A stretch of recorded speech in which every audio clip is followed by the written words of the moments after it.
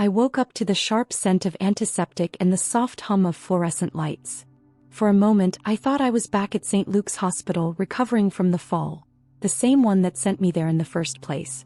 But the ceiling tiles were different. Lower, dimmer, older. I blinked again and turned my head. The room was beige. Beige walls. Beige curtains. Even the bedspread had a sad little beige floral pattern, like someone had tried to make it cheerful and given up halfway through. A framed watercolor of a sailboat hung crooked on the wall across from me. And then I heard the voice. "You're awake," it said softly. A young woman stood at my bedside, maybe in her early 20s, dressed in pale blue scrubs with a laminated badge clipped to her chest. "Red Chloe Hinney." He smiled like this was normal. Like I hadn't just woken up in a place I didn't recognize. "How are you feeling, Miss Cunningham?" I tried to speak but my throat was dry. Where am I?" "Willow Creek," she replied as if that name should mean something to me. "You were admitted last night after your discharge from the hospital." Admitted? I pushed myself up a little, wincing as my hip flared in protest. "Admitted to where?" "Willow Creek Assisted Living," she said, her tone just a bit gentler now, like she realized this wasn't clicking for me. "Your son and daughter brought you here. They signed the paperwork. You've got a private room and the staff was told you'd be staying long-term." Long-term. That word hit harder than I expected. Like a hand around my throat, slowly squeezing. She must have seen something change in my face because she hesitated.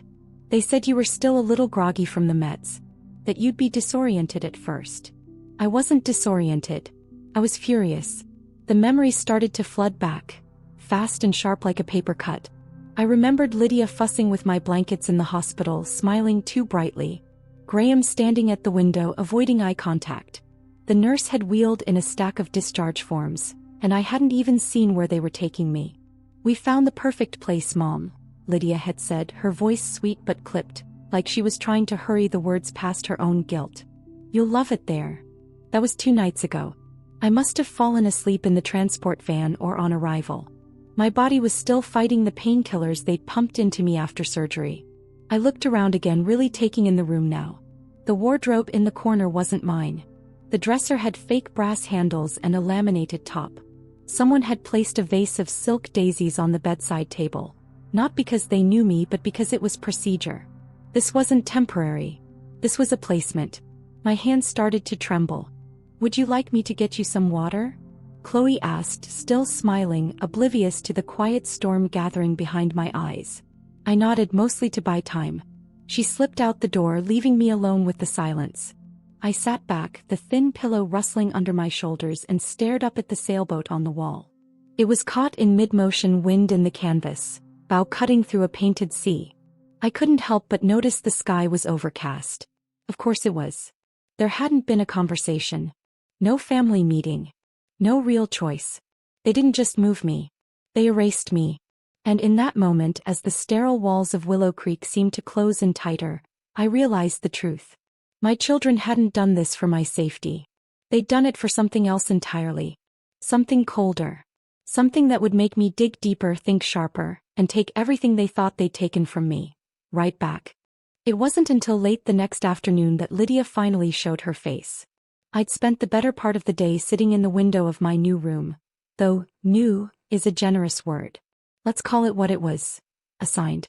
My hip was still stiff, but the pain had dulled to a manageable throb. My mind, on the other hand, was sharper than it had been in weeks. I hadn't spoken to anyone beyond the polite, perky staff. Every nurse, every orderly, every activities coordinator treated me with that same condescending cheerfulness that makes you feel like you're already halfway in the grave. Chloe, sweet as she was, had brought me a Willow Creek welcome packet that included a lunch menu, a brochure for chair yoga, and a laminated calendar of this month's craft classes. Wednesday afternoon was painting with pudding. I had to laugh at that one. Not because it was funny. Because it confirmed exactly what I was beginning to suspect. No one here expected me to ever be taken seriously again. And then around 4:30 she arrived. Lydia. My daughter. I saw her through the window first. Her silver SUV pulled into the visitor parking lot like a showroom commercial. Clean, polished, no crumbs in the seats, I'm sure. That girl had always been neat to a fault. Even as a child, she'd lined up her Barbies by height and once cried because I sliced her sandwich diagonally instead of down the middle. She walked in with her arms full, flowers, a tote bag, a new pair of slippers still in the box, like that made it okay. "Oh, Mom," she said, breathless as she swept into the room. "You're looking so much better. I told you this place would be good for you." I didn't respond. Not at first. I watched her set the flowers down on the windowsill, fluff the pillows on the recliner by the bed, straighten the crooked sailboat painting like she had some right to touch anything in this room, even here. Finally I said, "You could have let me go home first. Even for a day. Even just to say goodbye to my things." Lydia froze. Her back to me. Then slowly she turned with that tight-lipped smile she uses when she's trying to sell something she knows isn't quite ethical. "Mom, don't be dramatic. You know how hard that would have been. You were on pain meds. You needed rest. And Graham and we just thought it was best to make the transition while everything was still fresh." "Fresh," I repeated. "Like a corpse." She sighed. "Please don't do this. We've been through so much lately and Graham and I talked to your doctor. He said you shouldn't be living alone anymore." I leaned forward slightly in my chair. "Pie doctor? Or the rehab caseworker who spent 5 minutes glancing at my chart before rubber-stamping this whole thing?" Lydia blinked. For a split second I saw it. Guilt. But she smothered it quickly. "It's just until you're fully healed," she said. "A few months. You can't do stairs yet. And the house? Well, it's just too much for you now. So we figured." My stomach turned. I knew that tone. That little shift in her voice, the way she softened her language to make cruelty sound like concern. I narrowed my eyes. "So you figured what?" She hesitated. Then said it casually, too casually, "We figured it was a good time to put the house on the market. There was figures laid out like clean linens on the hospice bed I was apparently meant to die in." I stared at her for a long time. "You listed my house?" Lydia wrinkled her brow like I was the one being unreasonable. "Graham handled the paperwork. It's just a preliminary listing. The market's hot, Mom. This is the best time to sell. We thought you'd want us to get ahead of it before it became overwhelming." "Overwhelming for you?" I asked, my voice suddenly like ice. "Or for me?" Silence. Outside the window, 2 sparrows squabbled on the edge of the bird bath. Inside you could hear the soft mechanical whir of the thermostat and the distant sound of a TV from down the hall. "I didn't sign anything," I said finally. He shrugged. "You don't need to. Graham's got durable power of attorney. You signed that after Dad passed, remember? It's all above board." Above board. Just like burying your mother alive in beige wallpaper. I felt something in me harden right then and there. Not anger. Not even pain. Something colder. Plumber. Like stone settling in deep water. Lydia walked over and kissed the top of my head. "You'll feel better once you settle in. Trust me. This place has everything you need." And then she left. Just like that. I waited until her SUV pulled away before I stood, slowly, carefully, every inch of my body aching with betrayal, and walked over to the window. I stood there for a long time, the bouquet on the sill brushing my arm. Yellow tulips. My least favorite. She knew that. 2 nights later I asked to borrow a pen. It was a simple request. Harmless, even.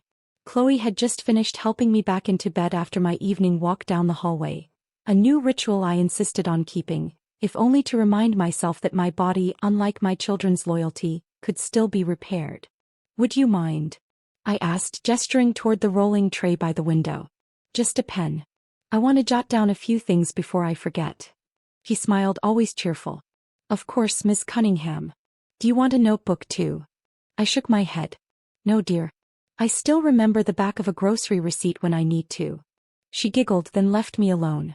And I sat quietly in the blue cast of the reading lamp, a ballpoint pen in one hand and a napkin from that morning's breakfast tucked under my notebook like a piece of stolen contraband.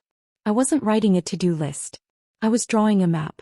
Not of places, of people. Lydia. Framed. The listing agent. The lawyer I hadn't spoken to since 2014. The notary who'd helped with my will.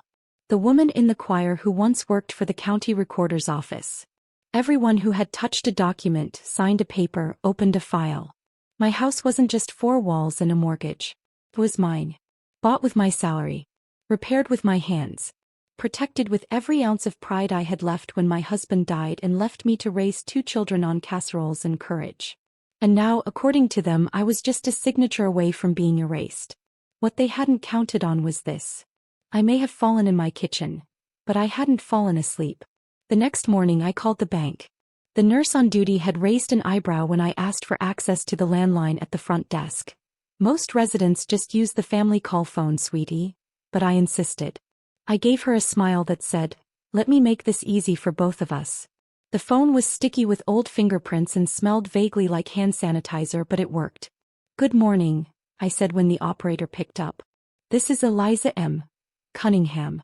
I need to speak with someone in Estate and Trust Services regarding my home equity account." There was a pause on the other end.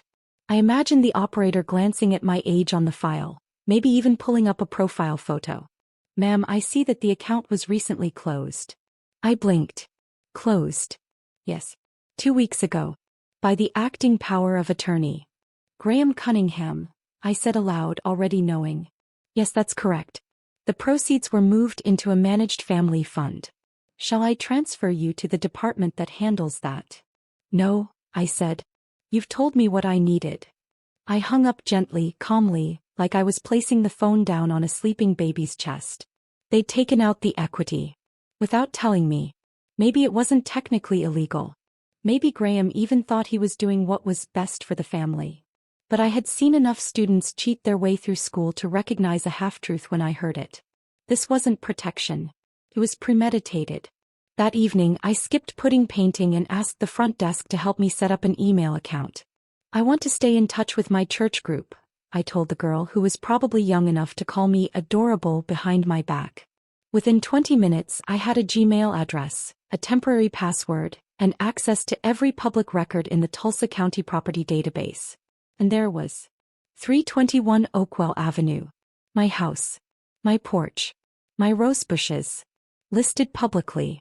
Photographed like some tragic estate sale. Charming mid-century ranch with original hardwoods and huge resale potential. I clicked on the listing photo. The dining room chairs were still tucked under the table the way I'd left them. The Afghan I'd crocheted during chemo sat folded on the couch. My house had been turned into a commodity. And my children had turned me into a ghost who didn't even get to pack her things. I stared at the screen for a long time. My hands were still. My chest quiet. Then I opened a new tab. And typed in the name of my old attorney. Not because I was going to ask for help. But because I was going to take it back. All of it. 3 days later, I sat in a small law office above a strip mall, listening to the faint sound of a leaky faucet in the adjoining kitchenette. The firm used to be downtown years ago when Harold Briscoe still had full-time reception and a secretary who wore pumps to work. Now he shared a space with a divorce mediator and a podiatrist who, based on the smell in the hallway, worked primarily with people who didn't believe in socks. But Harold was still Harold. He'd buried 3 wives, raised 2 stepchildren he never asked for, and outlived both partners from his original practice. And while his hands now trembled slightly when he passed me a cup of coffee, his voice was clear and steady when he said, "They don't want you dead, Eliza. But they sure as hell want you quiet." I didn't flinch. I hadn't asked for a long meeting. Just one question. Could they sell my house if I never gave permission? And Harold, God bless him, hadn't wasted time sugarcoating. "Yes," he said plainly, leaning back in his chair. "If you gave Graham durable power of attorney and if it wasn't revoked, then yes, legally he can sign for you. Especially if you're deemed temporarily incapacitated, which a hospital note can easily provide." "But I wasn't incapacitated," I said. "I was recovering." He shrugged. "Hospitals don't split hairs. Neither do banks. If there's a form and a signature and no one's screaming, the system moves on." I stared down at my hands. Hands that had typed every library catalog card by hand in 1989. Hands that had taught Lydia to braid, held Graham's head when he had a fever, buttoned my husband's shirt when he could no longer do it himself. Now those same hands were apparently too old to sign their own name. Harold watched me for a long time. Then he leaned forward, his elbows creaking against the desk. "You want it back?" It wasn't a question. I looked up. "Yes." "Then you'll need to fight smart. Not loud." He pulled a file folder from his drawer. "You remember that quitclaim deed we drafted in 2014? The one giving Graham POA? You still have your copy? In my filing cabinet, I said. Bottom drawer. Green folder. Good. He slid a paper across the desk. We're going to start with a revocation. Quiet. You sign it. I notarize it. Then we notify the bank and the title company after we get a temporary injunction against the sale. He paused. Have they closed yet? Not yet. It's listed. Offer pending. Perfect, he said. Then we still have time. He gave me a look. Part lawyer, part old friend, part battle-worn soldier. Most people your age come in here asking how to divide things before they die. You're the first one I've seen in years who wants to take it all back. I smiled thinly. Maybe I should have gone to law school. Too late for regrets, but not too late for revenge. We signed the papers in silence. The pen scratched against the form like a slow-burning fuse. When I stood to leave, he reached for my coat before I could. Can I ask you something, Eliza? Of course. Are you doing this to punish them? I thought about that for a long moment. No, I said finally. I'm doing this to remind them. Remind them of what? That I'm still here. Back at Willow Creek, I joined a knitting group for the first time. Not because I particularly cared for scarves or conversation, but because the other women in the circle were far from senile. They were sharp, observant, and best of all, bored. And bored people notice things. Like when a woman suddenly receives certified mail 2 days in a row. Or when she makes a phone call and says nothing for the first 30 seconds, just listens. Or when she skips bingo to sit alone with a tablet and a yellow legal pad. I was building something. Not just a legal case. A plan. I didn't know exactly where it would lead yet. But I knew this. By the time my children figured out what I was doing, it would be too late. By the time the for sale sign actually went up in my front yard, I had already filed the injunction. Harold moved faster than I expected, which in hindsight shouldn't have surprised me. Retired men with no wives and plenty of spite tend to operate on caffeine and principle. He filed the revocation of Graham's power of attorney with the county clerk and served notice to the real estate agency listing my home. And I waited. That was the hardest part. Willow Creek's calendar rolled by like molasses. Morning stretching Jell-O at lunch, chair yoga with gentle music, and endless reruns of Wheel of Fortune playing from down the hall. I pretended to knit. I read the newspaper twice a day front to back. I smiled when people walked by my room, said hello, kept the light on late. No one had any idea what I was doing. That was the point. Then one afternoon Lydia called. Not visited. Told. That alone told me everything I needed to know. Mom, she said too cheerfully. Hey, so, funny thing. The realtor just called us and apparently there's been a legal complication with the listing paperwork. Some kind of challenge to the title transfer. I said nothing. Let her twist. Graham thinks it might be a clerical error. Did you file something? I mean, not that you'd need to, obviously, but the timing is just so. I revoked the power of attorney, I said calmly. Silence. Dead beautiful silence. Oh, she said, voice tight. But why? I almost laughed. Not because it was funny. Because it was so Lydia, to sound more confused than guilty. Like I'd cancelled a dinner reservation without giving notice. I believe you and your brother have made decisions that affect me without my consent, I said slowly, clearly, like I was explaining a fable to a child. And when people do that, they lose the privilege of signing on my behalf. Her voice changed. Just a flicker. I could hear it, the panic crawling into her throat. Mom, the house is too big for you. You can't handle stairs anymore. We're just trying to help. Help is something you offer, I said. Not something you use as a weapon. You don't need to make this messy. Oh, darling, I said with a smile she couldn't see. You already did. And then I hung up.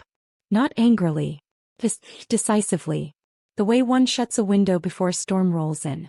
That night Graham showed up. No call. No text. Just his tall frame suddenly filling the doorway of my little beige room, hands shoved deep in the pockets of his pressed khakis. Mom. I looked up from the book I wasn't really reading. Graham. He stepped inside. Stiff. Irritated. I could already see his nostrils flaring in that silent way he used to do in high school, right before insisting the teacher was wrong about the math problem. You could have talked to us first. So could you, I said. We weren't trying to hurt you. We were trying to protect your assets. By draining my equity behind my back? His jaw clenched. You weren't well. We didn't think. No, I said, sitting up straighter. You didn't. That's the problem.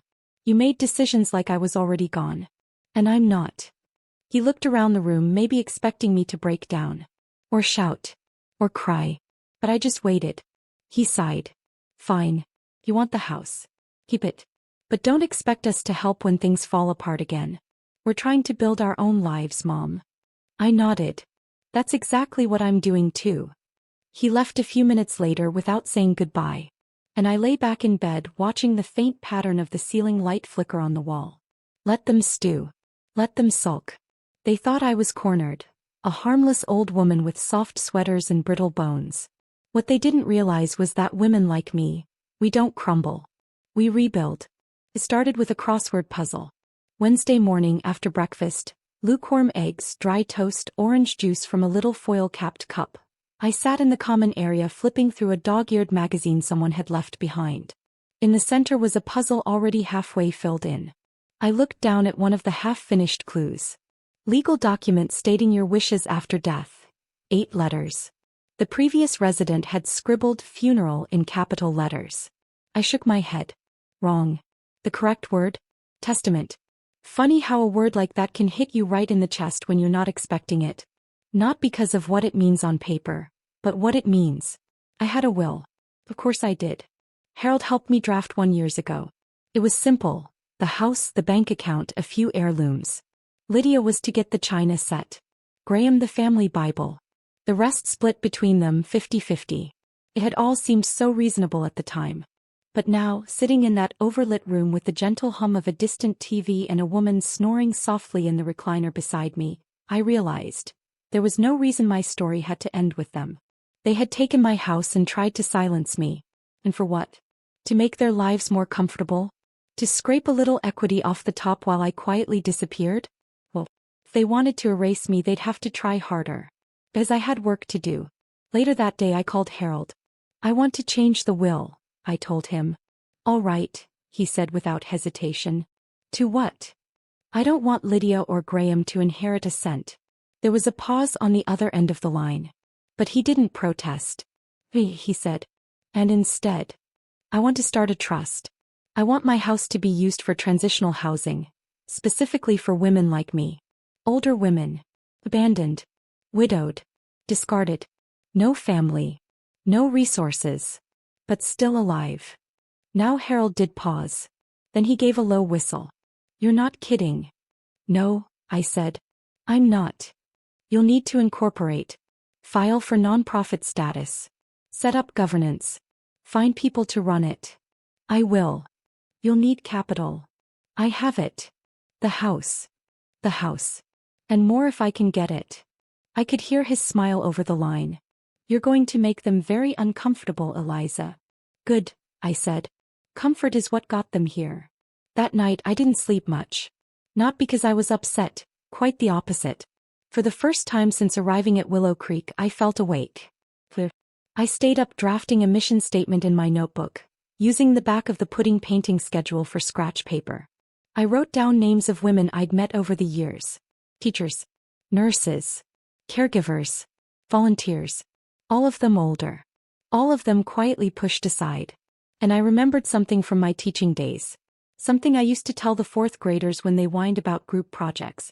If they won't give you a seat at the table, build your own table. Then serve tea. That was exactly what I was going to do. My children had forgotten what I was made of. But I hadn't. I filed the paperwork on a Thursday. Harold walked me through it page by page on his ancient desktop computer that still made the sound of a dial-up modem when it booted. We submitted the articles of incorporation, reserved a name, and started the nonprofit filing for the Sparrow House Foundation. The name came to me in the middle of the night. I'd heard 2 birds fighting outside my window a few weeks ago. Tiny creatures barely noticeable, but loud enough to keep me awake. They weren't elegant like doves or clever like crows. But they were there. Small. Fierce. Impossible to ignore. That felt right. The mission was simple. Provide safe, short-term housing and support for older women who had no one left and nowhere to go. A soft landing, not a permanent exile. A place like the one I wish someone had offered me, instead of beige wallpaper and quiet betrayal. I didn't tell anyone at Willow Creek. Not at first. Not because I was hiding it, but because I wasn't doing it for anyone's approval. I wasn't interested in their pity, or their admiration, or their polite disbelief. But of course word got out. It started with Helen, who saw me scanning documents on the staff printer. Then Myrtle, who caught sight of the foundation's draft logo I'd scribbled in the margins of my crossword puzzle. By the end of the week, I was the subject of every coffee table whisper and bingo side glance in the building. One afternoon, a woman I barely knew, Trudy something, who wore pink curlers in public like armor, tapped me on the shoulder. "You really starting a charity, or is that just a story?" I looked her straight in the eye. "Yes. I'm starting it." She stared at me for a second, then nodded. "Once." "Well," she said. "About time one of us did." A week later, Pastor Donaldson from Trinity Methodist called me out of the blue. "Eliza," he said, "I heard something from Helen Rodriguez. She's been raving about you ever since she visited Myrtle at Willow Creek. She said you're planning something extraordinary." That caught me off guard. I hadn't spoken to him since before the fall. Since before my children decided I was too fragile for the real world. But I told him the truth. All of it. He didn't interrupt once. Not even when I told him about the house, the betrayal, the equity theft, the foundation. All of it. When I finished, he was quiet for a moment. Then he said, "You know, I think God saves his real work for women like you. The ones they try to bury but forget are still breathing." He offered me use of the church's community room for board meetings. Free of charge. Said he'd ask around for volunteers. "People will want to help," he said. "You're not the only one who's been cast aside." By the end of the month, I had 3 retired nurses, 2 social workers, and a former grant writer from the PTA all offering to assist. They weren't doing it for glory. They weren't trying to impress anyone. They were doing it because they knew exactly what it felt like to be put away. Women who'd been passed over, pushed aside, called too much, or too old, or too much work. Women like me. And as we sat around that borrowed church table folding printouts and scribbling on name tags, something occurred to me. My children may have tried to take everything I had. But in doing so they gave me something they never intended. A reason. They showed up together this time. It was a Wednesday morning just after breakfast. I was reviewing Sparrow House's website draft on my tablet. A gift from Trudy, believe it or not, who said, "You can't run a revolution on paper napkins forever." He had a point. The knock on my door was soft. Too soft. Not the kind you use when you visit someone you love. When I opened it, Lydia was standing slightly behind Graham, like she always did when things felt unstable. Her arms were crossed. Her smile was the kind that never quite reached the eyes. Graham spoke first. "We need to talk." I stepped aside without a word. Let them walk in. Let them feel how small the room was, how far I'd already moved away from them. Lydia sat down on the edge of the recliner, like she was afraid it might stain her. "We heard about the foundation," she said, drawing out the word like it had too many syllables. "The Sparrow House Foundation," I corrected, setting my tablet down. "Yes. It's fully incorporated. IRS approval pending. First community fundraiser scheduled for the 20th. Graham paced near the window. That always meant he was frustrated but didn't want to admit it. "Mom," he said carefully, "do you really think this is a good idea? I mean, we're not saying it's bad, just maybe a little impulsive? You've been through a lot. You should focus on recovering." I almost laughed. "Recovering from what?" I asked. "From being lied to? From having my equity drained while I was unconscious? From waking up in a place I didn't choose, wearing slippers I didn't pack?" He winced. Just slightly. "Come on," Lydia said. "We didn't do this to hurt you. We thought." "No," I said sharply. "Stop." He didn't think. "You decided. You acted. You didn't sit down with me. You didn't ask. You handled me like I was a burden to be managed." Her face shifted just for a moment, that crack in the polished exterior. The part of her that still wanted to be the hero of her own story.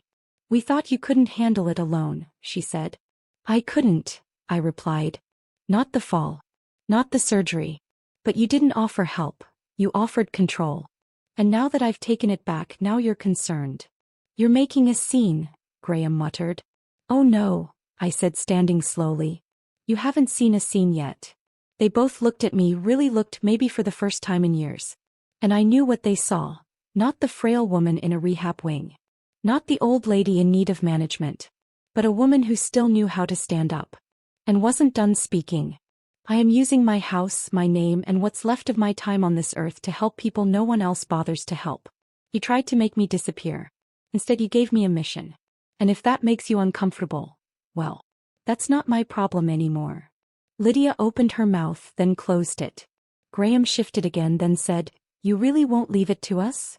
"Not a penny. But we're your children." I tilted my head. "Are you? Or were you just waiting to be my heirs?" That one hit. Good. Because they needed to feel something. They needed to know. I moved toward the door and held it open. "You wanted me out of your way. Congratulations. You got your wish. Now get out of mine." They left without another word. And I didn't cry.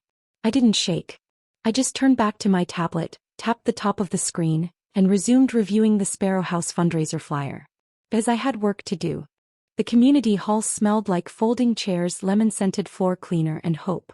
The Sparrow House Foundation's first fundraiser was set for a Saturday morning. I didn't expect much. Maybe 20 people. A few retirees.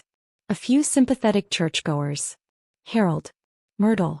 Trudy with her pink curlers and her clipboard. But by 9:15 the parking lot was overflowing. By 9:30 we ran out of name tags. By 10 o'clock there were people standing in the back. I watched it all unfold from the edge of the platform. Not a stage, just 3 pushed-together risers covered in a blue curtain someone had pulled out of a basement box labeled, "Christmas Pageant 2011. Trudy leaned over and whispered, "You'd think Beyoncé was speaking next." I smiled. But inside my heart beat like a drum. Not from fear. From purpose. From the weight of knowing this moment mattered. Pastor Donaldson opened the event with a short prayer. Helen Rodriguez read a poem she wrote after her husband passed. And then someone, I still don't know who, invited Patricia DeWitt to speak. Patricia was 72 with thinning gray hair and the clearest blue eyes I'd ever seen. She walked slowly with a cane, but when she reached the podium her voice was strong. She told us how she'd lost her home after her husband's long illness. How her children had moved away and slowly so had her place in their lives. She'd lived in her car for nearly 3 months before someone at church found out and took her in. When she finished, the room was silent. Not out of politeness but reverence. Then someone clapped. Then everyone did. And I realized, this wasn't a fundraiser anymore. It was a reckoning. When it was my turn to speak, I didn't use notes. I didn't need them. I stood at the microphone and looked out over the crowd, gray heads, tired eyes, wrinkled hands folded over purses and canes and notebooks. And I said, I was left in a facility without warning. Without a voice. By the 2 people I spent my life raising. No gasps. No murmurs. Just eyes, all of them on me. I thought I was the only one. That maybe it was my fault. That maybe I had become a burden. But I see now that this isn't just my story. It's ours. A woman in the 3rd row nodded. Quietly wiped her eye. They tried to silence me. But all they did was make me louder. All they did was give me a reason. I looked down for a second at my own trembling fingers resting on the podium. Then I said, Sparrow House isn't about revenge. It's about reminders. That we matter. That we don't expire. That we can still build something even when the world thinks we should be fading. Someone stood. Then another. And another. The room rose to its feet in silence. It wasn't applause. It was something better. Acknowledgement. The next morning, the Tulsa Times ran a story titled, Widow Turns Family Betrayal into Safe Haven for Forgotten Women. There was a photo of me, slightly overexposed, smiling in front of the Sparrow House logo. The article got picked up by a local TV station.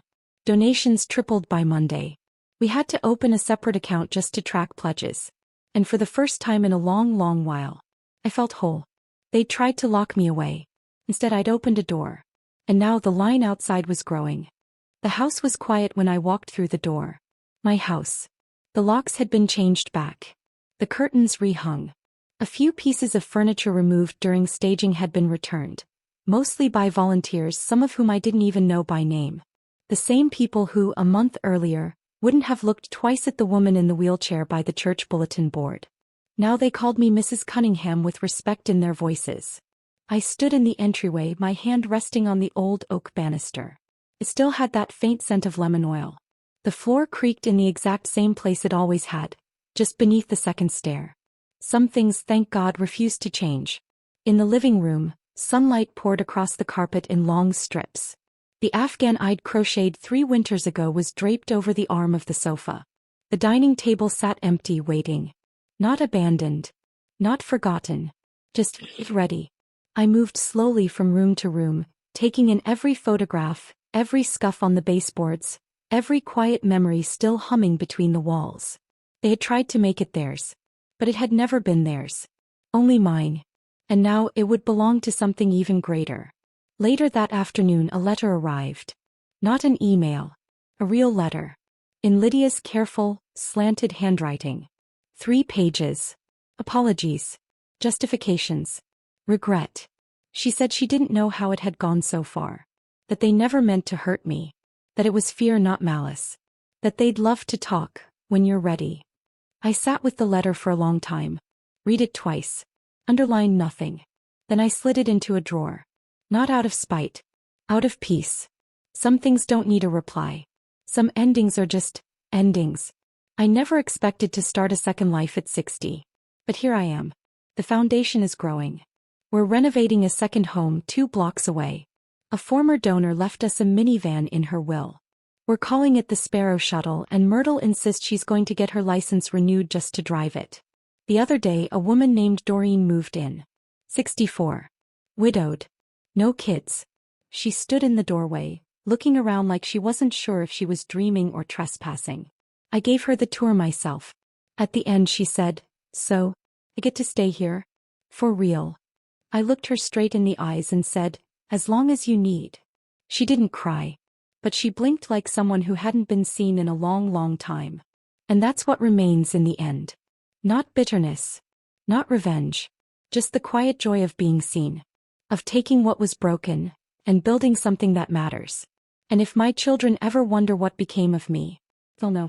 Because the world will remember.